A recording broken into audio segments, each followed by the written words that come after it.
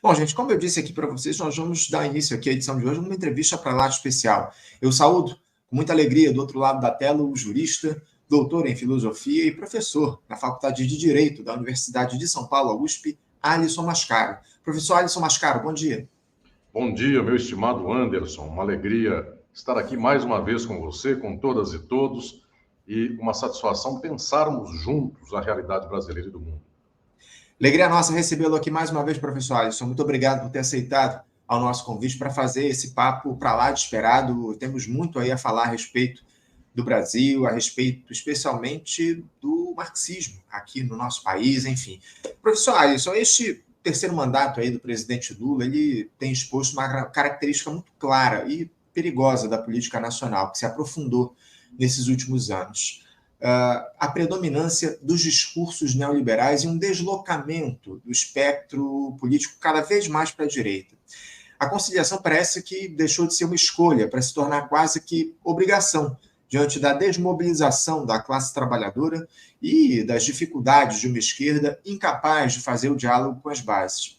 O resultado é a precarização cada vez mais intensa das relações de trabalho, uma piora nas condições de vida da população, o abandono da luta de classes em prol do fracionamento das pautas, com uma alta burguesia empoderada e adotando discursos que dialogam diretamente com o identitarismo que tomou conta do país, bem como a extrema-direita ocupando os espaços deixados pelo nosso campo. Professor Alisson, me parece muito claro que a esquerda mudou. Mas por que esse rebaixamento da luta política por parte da militância progressista? O que é que nos levou a esse ponto, na sua avaliação? De fato, estimado Anderson, vivemos tempos nos quais a ação do que se chama de esquerda é uma ação institucional.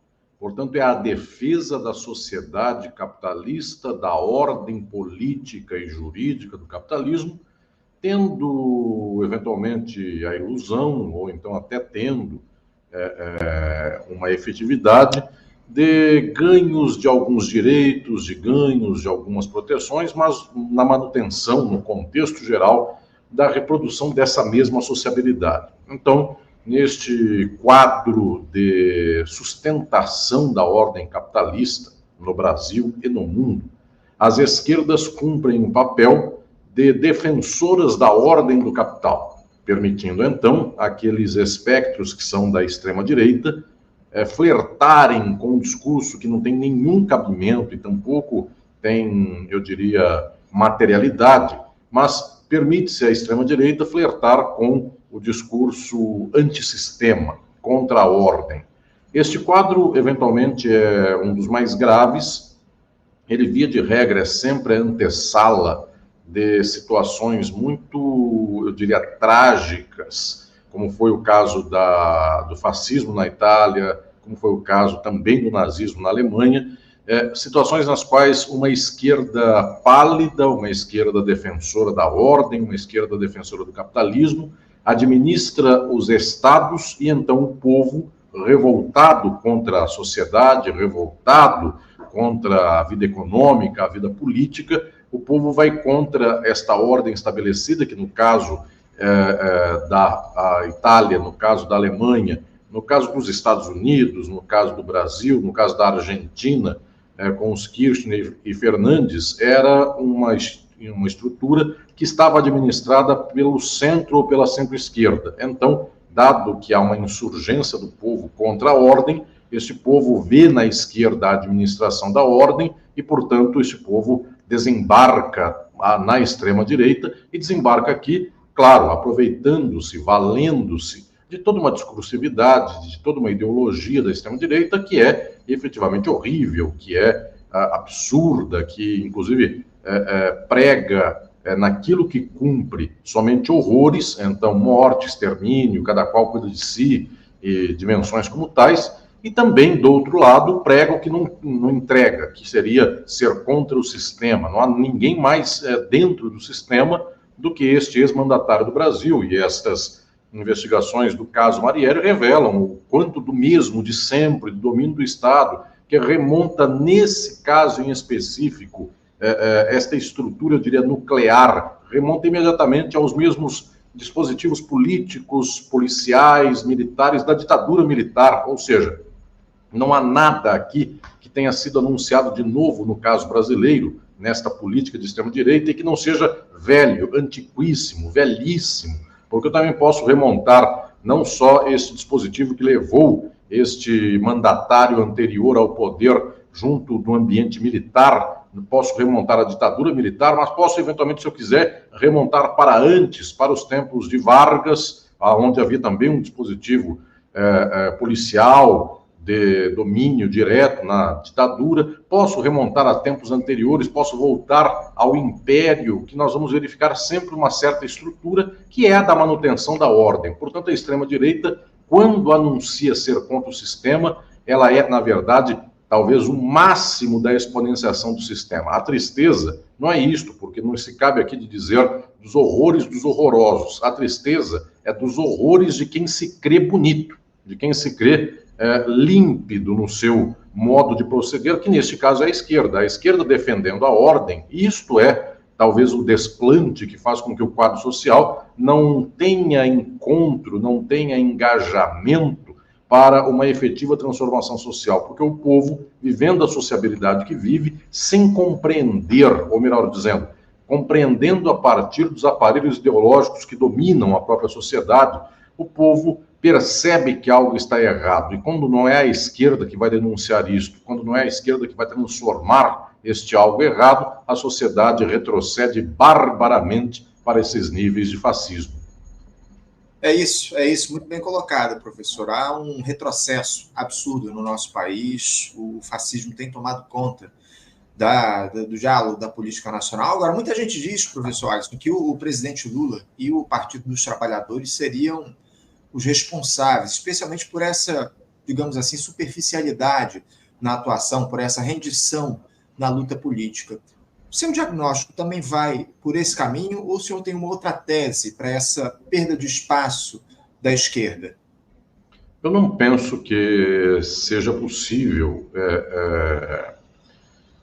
observar a realidade da perda de potência da esquerda apenas delimitando-a em alguns dos seus agentes políticos. É verdade que no caso dos Estados Unidos e no caso do Brasil, nós temos plexos políticos muito decisivos à esquerda que efetivamente servem de âncora para as ações políticas ditas progressistas e, de algum modo, colocam um eixo de gravidade no seu entorno e não permitem, eventualmente, uma dinâmica de ampliação, ou mesmo de surgimento de novos horizontes de esquerda. Então, o Partido Democrata nos Estados Unidos, o Partido dos Trabalhadores no Brasil, cumprem um papel tão, eu diria, vigoroso no âmbito da organização daquilo que poderia se chamar de esquerda lá nos Estados Unidos ou aqui no Brasil, que efetivamente boa parte das responsabilidades pela ação política nesses dois países se deve, no campo daquilo que se chama progressismo, a esses dois partidos, um lá, outro cá. Eventualmente o kirchnerismo na Argentina e outros movimentos mais que eu diria que hegemonizam o quadro das esquerdas desses países. No entanto, não é apenas tão simples assim. Fosse isto, seria uma dimensão de dizer que acaba tal partido ou se supera tal partido e outra coisa viria. A dimensão decisiva é que falta a uma certa dinâmica de luta da sociedade em face da sociedade capitalista contemporânea. Faltam instrumentos, eu diria, efetivos de organização social, porque os espaços que não são estes institucionais das esquerdas, eles são muitas vezes espaços advindos de uma espécie de discursividade cerebrina, uma discursividade, eu diria, pouco aderente à realidade das massas, à realidade social. E também é preciso perguntar por que esses partidos, como o Democrata nos Estados Unidos, dos Trabalhadores no Brasil, ou esta posição peronista, kirchnerista na Argentina, por que eles chegam aonde chegam com este horizonte? Por que não desdobram para além disso? E a causa disso efetiva é que há um ponto que não pode ser, via de regra, alcançado pelas esquerdas, que é a postura de ação de fala, de discursividade socialista. Então, exatamente a ordem capitalista, desde muito tempo, ela organiza até suas esquerdas para que elas sejam esquerdas antissocialistas. E este antissocialismo, ele obviamente está no Partido Democrata dos Estados Unidos, está no Partido dos Trabalhadores no Brasil, está no peronismo e no kirchnerismo, só que remonta a muito antes. Então, toda uma espécie de logicidade das esquerdas do Brasil que, ao tempo dos governos de Vargas ou posteriores a Vargas e antes da ditadura, insistiam na ideia de que a revolução não se deve lutar por ela, de que devemos lutar por direitos, de que os sindicatos têm que amaciar a relação entre capital e trabalho. Daí vem a expressão sindicato pelego. O pelego aqui era aquela pele ou aquele envoltório que se colocava por sobre o cavalo antes de sentar-se o cavaleiro por cima dele. Toda essa dimensão, isto nos revela que, historicamente, o discurso de amaciar a transformação social é um discurso muito frequente. Então, o PT é mais um dos sucessores de um mesmo quadro de reformismo e de impedimento de uma fala e de uma ação estrategicamente revolucionárias. Isto nos dá a dimensão de que, não sendo este partido em específico, o arcabouço geral do que se chama de esquerda no mundo também não consegue majoritariamente, e eu aqui ressalvo, valorosas exceções, porque elas existem em todos os espaços do mundo, em todos os países, e por muitos momentos, ressalvadas as exceções, via de regra, se trocarmos um pelo outro, dá 6 por meia dúzia, porque todos são defensores da ordem, todos defendem o capitalismo, aí a pessoa apenas varia. Capitalismo inclusivo, e quando varia no inclusivo, é inclusive para classe tal, grupo qual, e eu insisto muito, porque este corte é muito mais profundo. Quando alguém diz assim, é preciso trocar uma luta de identidade por uma luta de classes,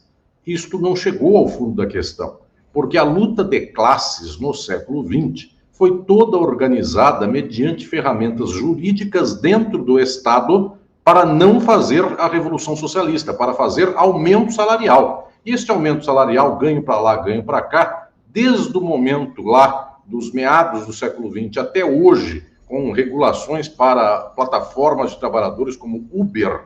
Isto, claro, há uma divergência muito grande entre dar a CLT e dar regulação para a plataforma. Obviamente, num caso se dá um sistema muito maior de proteção e no outro caso se dá um sistema muito menor. No entanto, para um caso e para o outro, é o Estado administrando a ordem do capital, garantindo o capital e impedindo a classe trabalhadora de tomar o poder e transformar o mundo. A quantidade de direitos, mais no passado, menos no presente, não pode nos fazer cínicos e hipócritas para brilharmos o olho e dizer, olhe, a regulação de hoje do Uber é a menos do que a regulação da CLT quando do tempo de Getúlio Vargas. É verdade, é a menos. Só que lá e cá é sempre a ordem capitalista mantida, é sempre o impedimento do discurso socialista e da luta socialista. Então, no final das contas, na estrutura geral do capitalismo mundial, a ideologia do capital, ela domina até mesmo as esquerdas. Romper com esta ideologia do capital exige um esforço e uma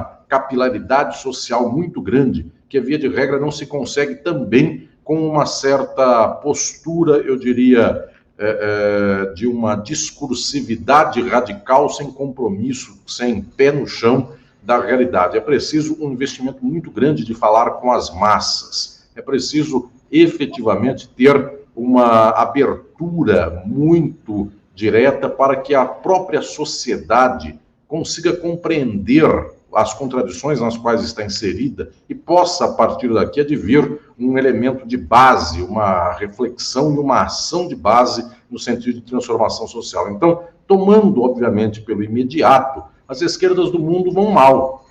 Elas estão por aí legitimando a ordem do capital e, via de regra, andando como caranguejo, andam de lado para tentar fazer alguma coisa, mostrar alguma mudança pontual, eu diria superficial, para, no final das contas, sustentar a ordem do capital. Minha questão decisiva aqui é, na troca disso por outra coisa, temos outra coisa substancial, ou então temos apenas algumas cartas de intenção, alguns protocolos, e na hora H, a ordem do capital novamente legitima todo esse quadro. Via de regra, na sociedade capitalista desde os meados do século XX até hoje, quando se tem uma discursividade radical e não se organiza um movimento de massas, estes líderes de discurso radical, em 3 tempos, se tornam pessoas conservadoras da ordem, porque para ganhar eleições na dinâmica do capital, na democracia do capitalismo, qualquer discurso tem que ser amainado. Então, não é a questão de ter discurso radical, é que a forma da ação, mediante eleição, mediante democracia, amainará qualquer discurso, tirará a radicalidade de qualquer ação. Então, efetivamente, a ação de radicalidade é uma ação das massas. Ela não pode esperar do Estado e das instituições nada além daquilo que o Estado e as instituições entregam.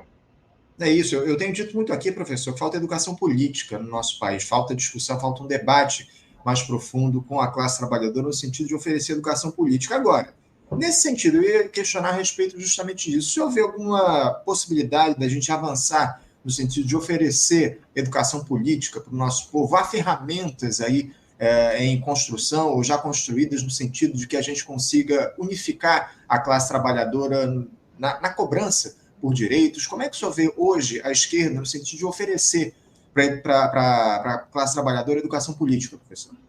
Eu vejo, Anderson, com muita alegria, que as esquerdas e as ações de transformação social, elas têm, eu diria, adquirido uma espécie de compreensão de que há quadrantes que não podem se resolver nesses termos já dados, então não há muito o que fazer no âmbito das instituições, no âmbito da política eleitoral. Então, muita gente já consegue observar este ângulo. Eu tenho insistido muito, aí no Rio de Janeiro, muitas e muitos companheiros têm se engajado nessa luta de centros socialistas, de espaços de base, de luta política. O deputado Glauber Braga e tantas pessoas queridas têm se engajado nesse contexto. Isso, para mim, me dá uma felicidade muito grande. Mas é preciso que vejamos que estas ações pontuais, algumas delas inclusive exemplares, quando escrevi muito sobre centros socialistas para começar essa caminhada, eu dizia que é uma espécie de estratégia exemplar, não é uma estratégia que possa imaginar que em 2 tempos vai dominar o país inteiro, mas é uma estratégia de mostrar que é por este caminho que se faz um trabalho de base. No entanto, a reprodução do capitalismo é tamanha que esta reprodução alcança ferramentas e mecanismos que uma espécie de ação preliminar de quem for efetivamente de uma esquerda radical e transformadora, esta ação não consegue alcançar a máquina da direita. O Brasil, em 10 anos, levou metade da população para a extrema-direita e não levou simplesmente por causa de propaganda em horário eleitoral gratuito. Levou pessoas para a extrema-direita porque um complexo de aparelhos ideológicos foi formado e uma fala concatenada de extrema-direita foi consolidada, de tal modo que qualquer pessoa pode reproduzir esse discurso. Então, esta ação não dependeu nem sequer, no fundamental, de grande financiamento público de campanha. Claro, toda a direita bebeu dessa fonte, que também dela bebeu a esquerda. No entanto, esta ação decisiva foi uma ação, eu diria, arisca, arrojada, uma ação que se valeu de instrumentos que estavam por aí, como redes sociais, como a internet, e estas ações de extrema-direita começaram a ganhar uma capilaridade social. Nesse nível de ação, estes pequenos grupos plenamente de luta da esquerda não conseguem alcançar, porque efetivamente esses grupos lidam contra a máquina do capital, e a extrema-direita lida a favor da máquina do capital. Então, o algoritmo privilegia a extrema-direita, ele não privilegia posições transformadoras. O que estou dizendo é que se nós não temos, de quando em quando, uma possibilidade de uma espécie de coesão ou de uma espécie de agrupamento de posturas de combate ideológico transformadoras, com espaços, por exemplo, governamentais como esses que a esquerda tem hoje no Brasil, teve com os Kirchner e Fernandes na Argentina, ou outros mais, se não há uma espécie de mínima plataforma de jogo comum, se esses governos não auxiliam minimamente a luta ideológica, se torna muito difícil ganhar no varejo contra a extrema-direita, que apenas trabalha no atacado e no atacado ganha tudo. Então, é muito triste vermos que já estamos aqui talvez no quinto governo dito de esquerda do Brasil, 2 de Lula, 2 de Dilma e mais este novo de Lula, e não há um investimento substancial em luta ideológica. Eu não esperaria que um governo de centro, um governo reformista, um governo que é contra o socialismo, historicamente o PT é contra o socialismo, eu não esperaria desse governo nenhuma ajuda a posições de muitos socialistas, mas era de se esperar que houvesse ao menos um investimento em televisões públicas que não fossem diretamente da extrema-direita, em possibilidades de jornalismo e comunicação e documentário, que pudesse consolidar informações mínimas para a classe trabalhadora. Nem isso há. Não há porque, no final das contas, qualquer posição que venha a educar as massas, ela, se for muito verdadeira e muito sincera, ato contínuo, ela vai se abeirar da crítica ao capitalismo. Como esses governos não admitem fazer a crítica ao capitalismo, pelo contrário, são a antessala de salvaguarda do capital, não há discursividade possível. Por muitos anos eu tenho falado que nós não temos um microfone potente, incrivelmente, não é porque não se saiba expropriar um canal de televisão e dar um microfone a alguém. Esses recursos há, essas possibilidades. Ninguém nunca usou, mas esses recursos há. A questão decisiva é que, antes de perguntar sobre que microfone eu quero ter ou que eu poderia ter, dinheiro compra microfone, dinheiro compra qualquer microfone, compra a Globo, eventualmente, se for bem conversada, a Globo é vendida. No entanto, o SBT, qualquer outra máquina dessa. No entanto, a questão decisiva é que, quando se tiver um microfone na mão, eis a prova dos 9. Via de regra, vai se falar a mesma coisa, porque o problema não é o microfone, o problema é o que se fala para qualquer microfone transmitir. Isto que se fala não pode falar contra o capitalismo. E quando a esquerda não pode falar contra o capitalismo, ela até evita ter microfone, porque no final das contas, vai que na tentação alguém fala algo contra o sistema, e aí dá no que dá. Aí depois tem que dizer que não é contra o sistema, que é a favor do sistema, porque aí caem 2 pontos da Bolsa de Valores e vão dizer que o governo está acabando, e aí vão fazer todo um processo de tentativa de corrigir os erros dessa história, e então alguém falou contra a ditadura, não podia falar contra a ditadura porque desagradou um militar, não sei em qual caserna aí perdido no Brasil. Então, por isso que se evita ter microfone. Como se evita ter microfone, não destrava a luta ideológica. Resultado da extrema-direita, nada de braçada e ganha as massas e as posições de esquerda, ainda que sabendo aonde podem chegar, ou até mesmo, ainda que descobrindo algumas formas de luta de base, luta da classe trabalhadora no seu campo, eu diria, chão, mas isso não é suficiente nos dias de hoje, com a tecnologia de hoje, com a dinâmica da reprodução ideológica de hoje, isso não é suficiente sequer para arriscar o verniz do domínio do capital. É isso, é o que eu chamo de terrorismo midiático, que a gente tem, lamentavelmente, ao longo dessas últimas décadas aqui no nosso país, a grande imprensa condenando iniciativas mais à esquerda, enfim. Professor, a gente tem percebido o governo Lula celebrando aí os números da economia, alguns avanços que a gente teve aí em determinados dados relativos à economia. Essa melhora que a gente tem observado, professor, em alguns indicadores, mas sem a ruptura com as amarras do neoliberalismo, isso representa de fato que o Brasil avança no sentido de oferecer melhores condições de vida para a classe trabalhadora? Como é que o senhor vê esse momento que o país atravessa, onde há, de fato, avanços no sentido de números, mas, pelo menos na minha avaliação, sem melhorias significativas para a classe trabalhadora? Eu vejo, estimado Anderson, que muita gente no entorno do governo, dentro do governo, e mesmo na sociedade, muita gente dedica energias a buscar, eventualmente, reaver instrumentos de política econômica que antes foram destroçados, porque percebamos nós, os governos do golpe, Temer e Bolsonaro, foram governos ainda mais danosos para a administração econômica do país. Então, efetivamente, algumas dinâmicas de tentativa de restabelecimento de ferramentas governamentais se deram, enfim, se dão.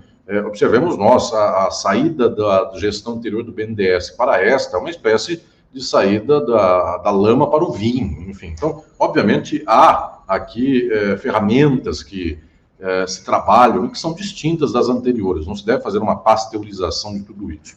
No que tange ao fundamental da política econômica, também neste atual momento não se sai de um padrão geral de governança neoliberal, ainda que se queira dar uma margem à esquerda dessa governança. No ano passado, eu tive a ocasião de publicar uma reflexão num livro da editora Boitempo a respeito de que poderia ser esta política econômica, mas também as questões institucionais deste terceiro governo Lula.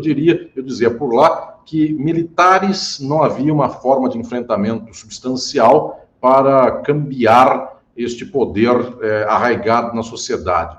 No nível ideológico, também nenhuma tentativa de mudança substancial. O Ministério das Comunicações é dada para um ministro, para compor votos aí com essa frente da direita, um ministro que mais entende de cavalos do que propriamente de antenas. Então, de algum modo, não tem nenhuma mudança substancial. Mesmo o ministro da Defesa não é alguém que tenha ímpetos em fazer qualquer movimento para domar a estrutura militar. Pelo contrário, ele tem ímpetos de domar o governo em favor da estrutura militar.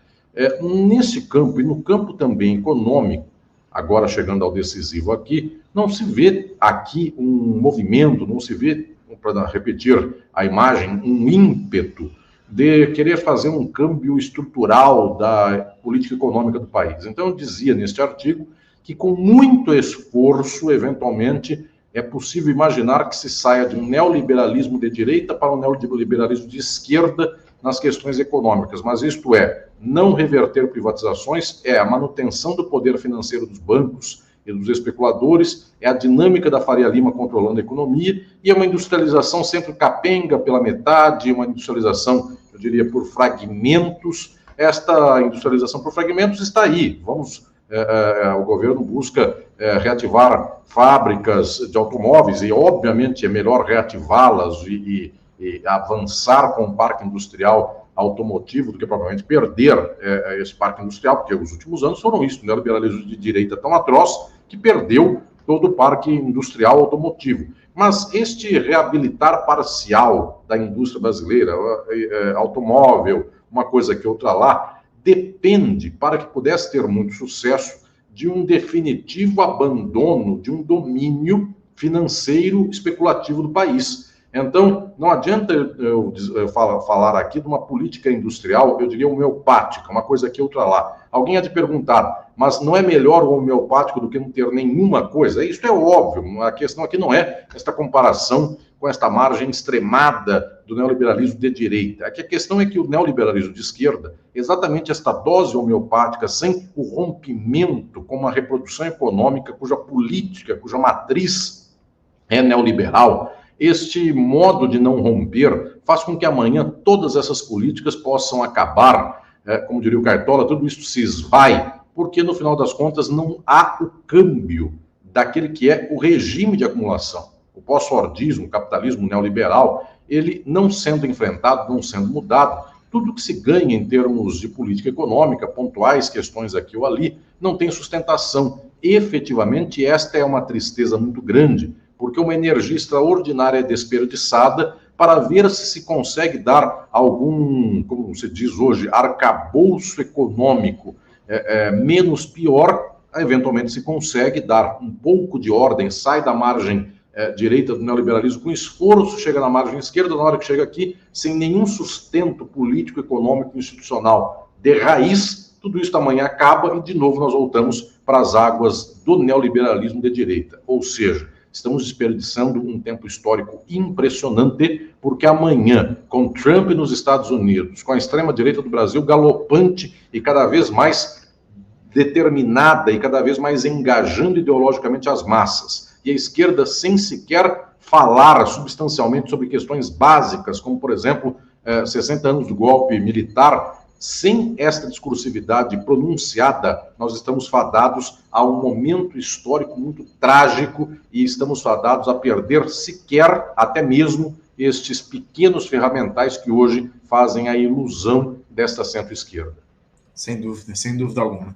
Professor, eu queria falar um pouco mais sobre o presidente Lula, propriamente dito, porque o presidente da República ele tem alimentado, nesses últimos tempos, uma certa rivalidade com o Jair Bolsonaro. E eu queria perguntar para o senhor se o senhor acha que isso é benéfico para o país. Por exemplo, o Lula vive provocando, o ex-capitão recentemente chamou o Bolsonaro de covardão. Eu tenho defendido a tese que o petista ele faz isso para manter a polarização em um nível mais elevado e dificultar o aparecimento de uma chamada terceira via. O senhor acha bom esse nível de tensionamento que o Lula vem alimentando em relação ao Jair Bolsonaro? Isso é benéfico para o país, professor? A forma de tensionamento é sempre boa se ela é um tensionamento sistemático e efetivo e que organize efetivamente uma polaridade distinta daquela que é da extrema-direita. Então, seria muito interessante usar alguém de espantalho se este espantalho se prestasse a reorganizar o campo que não é do espantalho. Então, o terreno do vizinho, olhando para o outro, dizendo, olha lá o espantalho, que ridículo que ele é.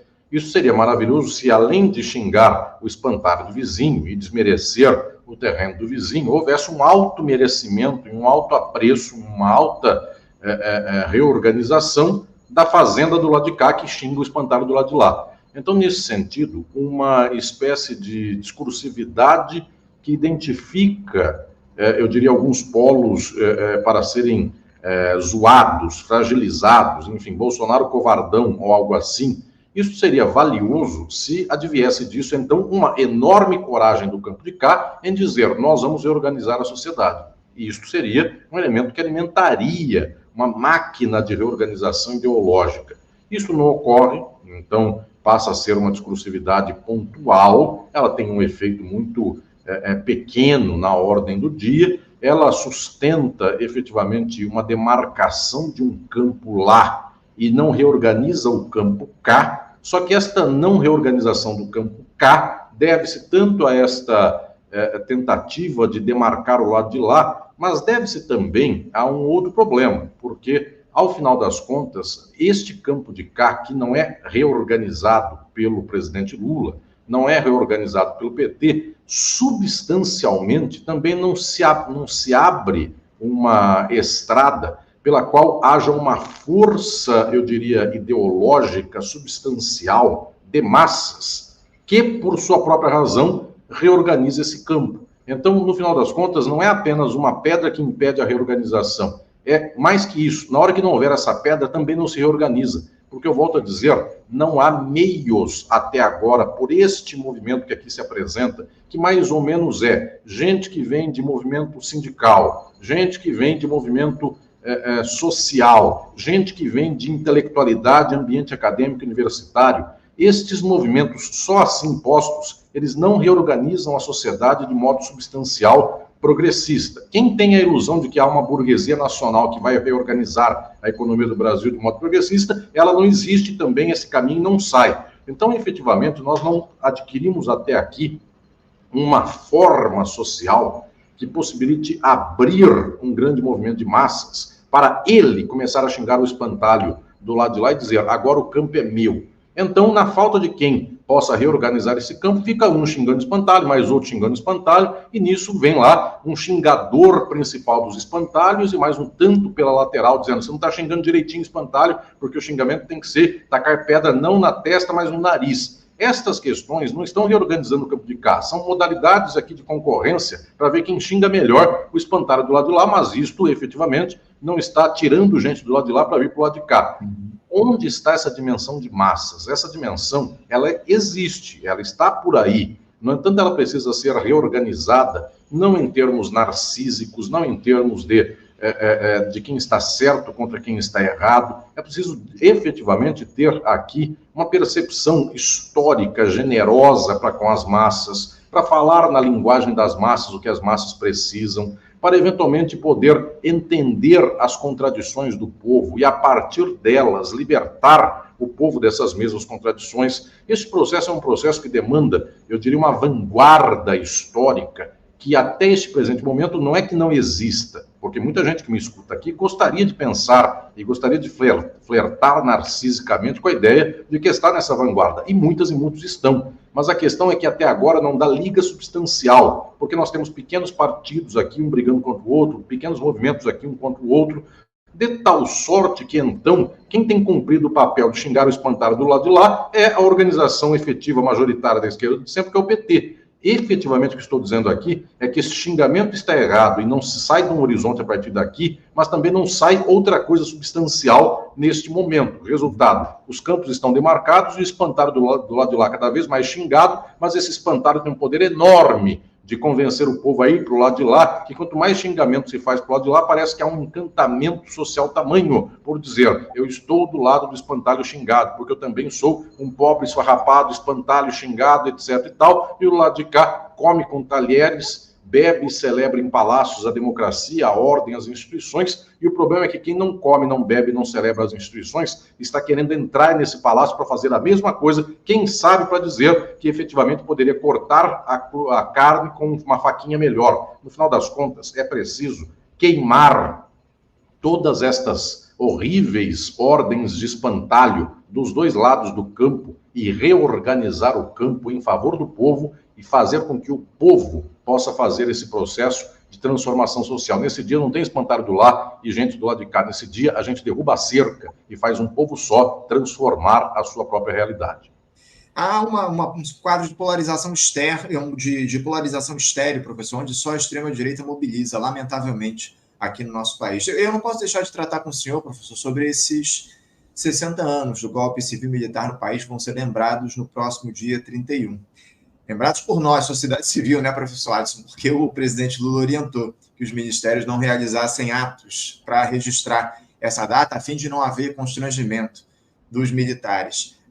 Aquele que talvez tenha sido o período histórico em que a esquerda mais se engajou politicamente, professor Alisson, onde os ideais marxistas mais talvez tenham aflorado na nossa sociedade.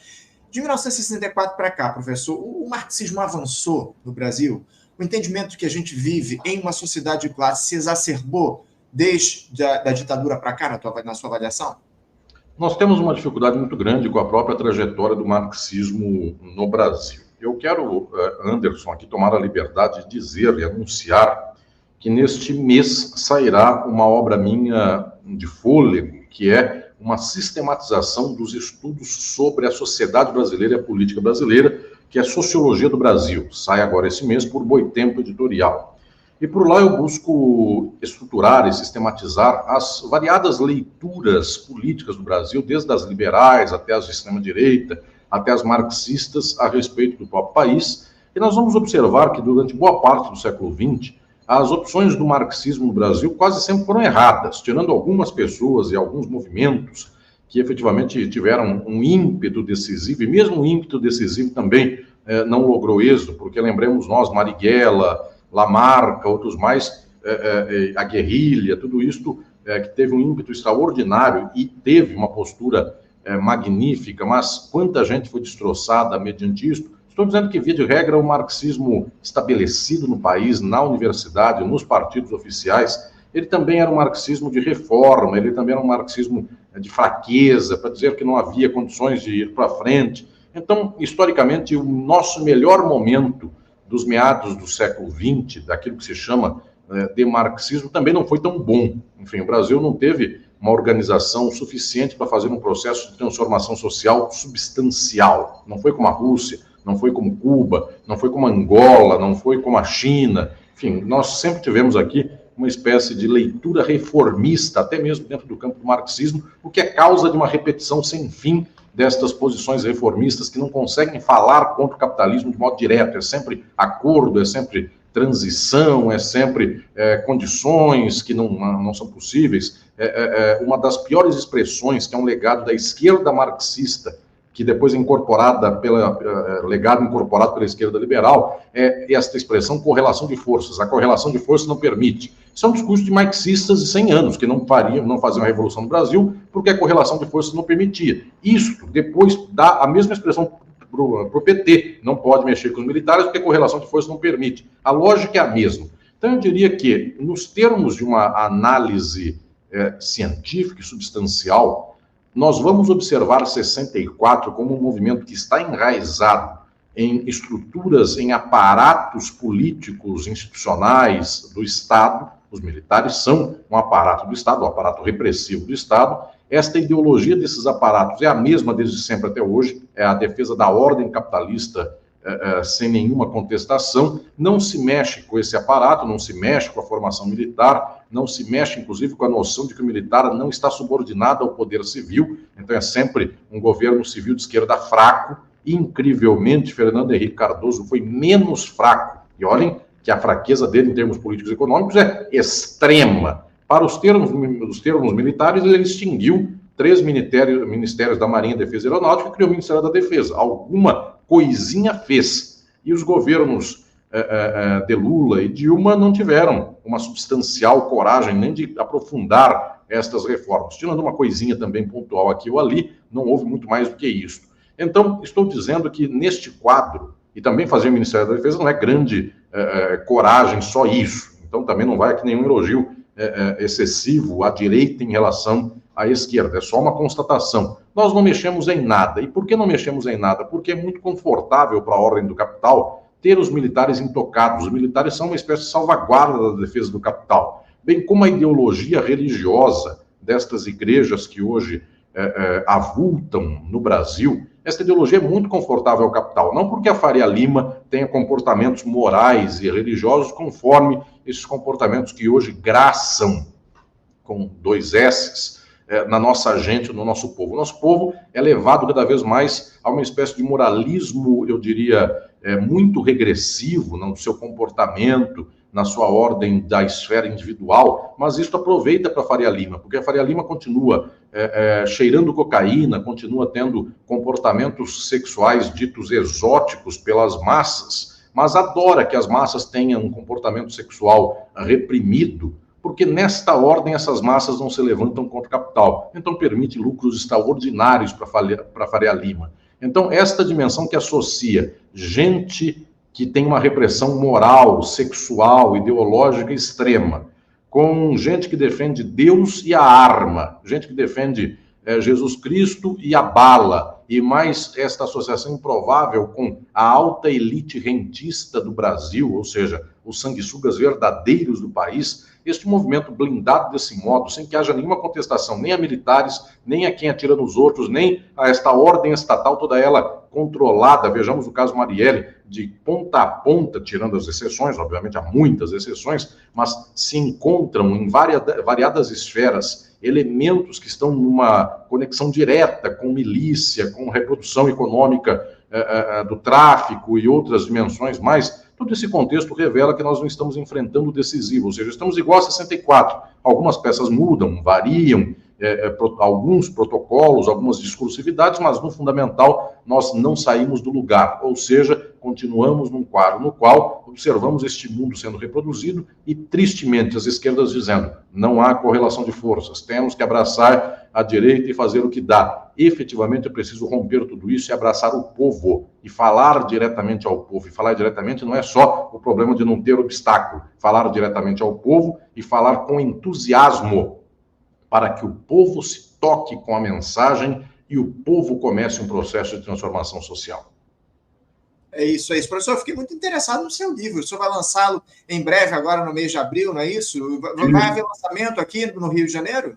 Já quero, inclusive, dizer para todas e todos vocês que será uma alegria ver este livro que é lançado agora. A Boitempo Editorial tem um clube do livro, que é Armas da Crítica. Então, quem assina o clube do livro recebe já agora, no mês de janeiro, do mês de abril, e depois, logo em seguida, para o começo de maio, este livro sai, então, como lançamento oficial para o Brasil. Então, eu farei uma caravana nacional de lançamento que passará pelo Rio de Janeiro. Eu terei muita alegria em estar com todas e todos no Rio de Janeiro. Lembrando que também, semana que vem,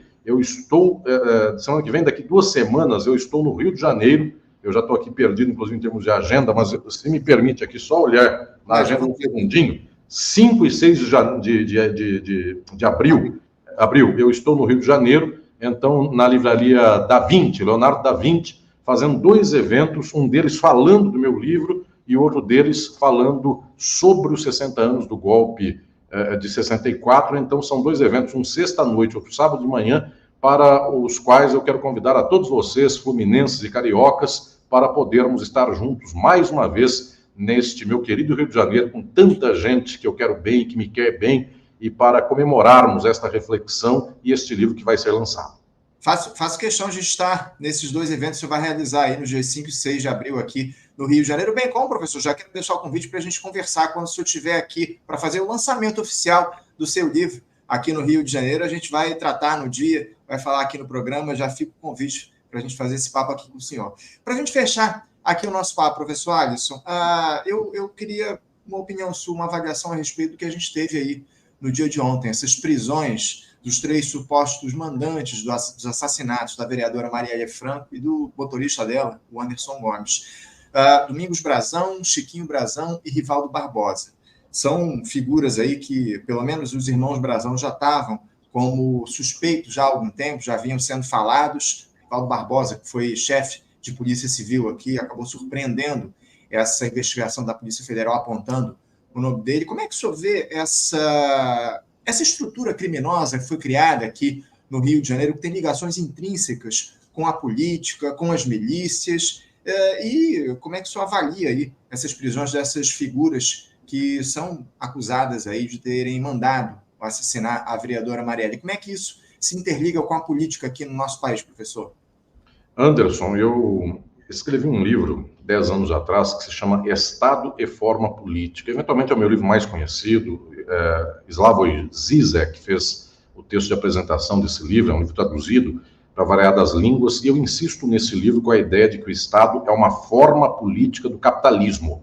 O Estado opera o capitalismo. Então, no caso do Rio de Janeiro, a economia das milícias é uma economia muito presente, o tráfico faz um peso muito grande na reprodução econômica fluminense, de tal sorte que a política passa a ser dominada por quem tem a grana. Esse não é a milícia ou o tráfico, há estados nos quais é o agronegócio e o latifúndio. E também não me parece que seja muito substancialmente diferente o impacto na sociedade de uma coisa com a outra. E se não é este caso lá, numa sociedade ou na outra, no estado de São Paulo é o peso do mercado financeiro, que impede, por exemplo, que se possa reorganizar a sociedade distribuindo terrenos na cidade de um modo mais equânime, porque o terreno é especulação, os bancos compram, os bancos desvalorizam aquilo que hoje se chama cracolândia, para amanhã valorizar melhor, compra na baixa para vender na alta, ou seja, o Estado é atravessado pelo capital de ponta a ponta, o Estado é uma forma do capital. É que em alguns momentos fica, eventualmente para nós, chocante esta situação na qual se observa que figuras, eu diria, socialmente menores ou menos esperadas no domínio político, elas passem a dar as cartas na sociedade. O que eu estou dizendo é que, quando se vê um miliciano, quando se vê uma pessoa que talvez originalmente veio de um baixo extrato social, em termos de aquilo que a sociedade pretende chamar de elite, porque elite, obviamente, é a pessoa que está passando fome e trabalhando e tentando viver com salário mínimo. Essa gente que está roubando as outras e está navegando nababescamente pelos mares do Brasil, essa gente, para mim, não é elite, essa gente é o horror. Elite é aquela senhora que está passando fome e tem 3 filhos para criar. Pois bem, mas o que eu estou dizendo é que também há uma espécie de leitura que nos choca quando essas figuras, eu diria, absurdas no primeiro momento, estão dominando polícia, política, o judiciário e outras esferas mais. Quando são os bancos que fazem isso, quando são os de sempre, nós não nos chocamos. Quando o banco organiza um convescote para o judiciário e a polícia, a gente acha isso muito normal. Quando é a milícia que tem amizade com a polícia, a gente fica chocado. Então, estou dizendo que é para ficar chocado, obviamente, em todos os casos, mas para todos os casos é preciso entender que existe uma causa substancial disso, que é o atrelamento do capitalismo com o Estado. E esse atrelamento limpa o que quer, vê o crime que quer, não vê crime onde não quer, enxerga crime onde não há crime, pedalada fiscal vira crime de responsabilidade fiscal, gente matando gente não é crime. Então, observemos nós que é um complexo tal que não se resolve com um discurso que eu diria reformista e imediatista, que é esse de dizer, vamos passar a limpo a polícia. Desde quando a polícia é um órgão que se destaca de toda a contradição da sociedade capitalista e ela sozinha consegue ter princípios que o resto não tem. Então, nós precisamos, se for o caso aí de fazer esse discurso moralista, não gosto dessas expressões, se vocês quiserem, como diz alguém de direita, passar a limpo o país, esse passar a limpo é passar substancialmente, materialmente, é avançar para além da ordem do domínio do capital, porque se não é, a milícia é o banco. e o banco limpa o dinheiro da milícia. E a milícia, no final das contas, é sustentada pelo banco. E os dois são sustentados por algumas igrejas. E os três são sustentados pela televisão. E os quatro são sustentados pelo judiciário. E alguém vai dizer, todo judiciário, toda televisão. Está ressalvada a exceção. Você que se sente aqui diferente do resto, você que fala, eu tenho um tio juiz, meu tio não é corrupto, já estou ressalvando o seu tio, então não se sinta ofendido, mas eu estou dizendo que, em termos gerais, a estrutura do Estado é uma estrutura do capital. Ou seja, está mais uma vez provado aqui um modo pelo qual, quando o Estado investiga e vai perceber estes horrendos crimes aqui havidos, nós percebemos muitas vezes a surpresa de aqui compreender uma associação, eu diria, sistemática, profunda e material entre criminosos e o próprio Estado. Então, que avancem as investigações, que efetivamente alguns setores do Estado consigam ter instrumentos para poder dar um passo além em termos de possibilidade investigatória. Fico feliz ao ver, inclusive no próprio plano federal, o querido ministro Lewandowski, podendo lidar com isso de um modo diretamente incisivo, sem ter aqui nenhuma amarra com este âmbito geral, uma pessoa íntegra, uma pessoa de muitos valores, e bem como uma parcela da Polícia Federal, que isto possa avançar e que se consiga entender o quadro geral deste mapa, e pior que isso, e mais que isso, e melhor que isso, que, ao se desvendar este crime, se consiga entender o sistema da criminalidade e se consiga transformar esse sistema. É isso, transformar o sistema acima de tudo. Eu tenho fé de que a gente vai conseguir chegar a esse ponto de transformar esse sistema que, na verdade, massacra a classe trabalhadora. Vamos ver e vamos, acima de tudo, lutar por isso. Professor Alisson Mascaro, uma alegria, um prazer, uma honra recebê-lo aqui no Faixa Livre mais uma vez. Quero registrar aqui novamente o convite para a gente voltar a conversar quando o senhor estiver aqui no Rio de Janeiro para fazer o lançamento oficial do seu próximo livro. Muito bom ter a sua presença aqui no Faixa Livre. Muito obrigado pela sua presença e desejo ao senhor uma ótima semana de trabalho. Obrigado, querido Anderson, e mais uma vez, parabéns pelo seu trabalho tão especial, pela luta ideológica que faz em nossa sociedade brasileira. Uma alegria e um abraço a todas e todos que acompanham esta programação. Seguimos juntos. Um abraço, professor. Até a próxima. Conversamos aqui com Alisson Mascaro. Alisson Mascaro, que é jurista, doutor em filosofia e professor na Faculdade de Direito da Universidade de São Paulo, USP, conversando conosco a respeito da política nacional, os rumos do governo Lula, especialmente os rumos do marxismo aqui no nosso país. Ele que é um grande intelectual marxista, falando sobre o caráter dessa esquerda neoliberal que avança no Brasil, lamentavelmente, falando sobre lutas de classes, sempre um grande aprendizado aqui, os papos com o professor Alisson Mascaro. Bom, gente, antes de eu chamar o nosso próximo entrevistado, está aqui nos aguardando do outro lado da tela,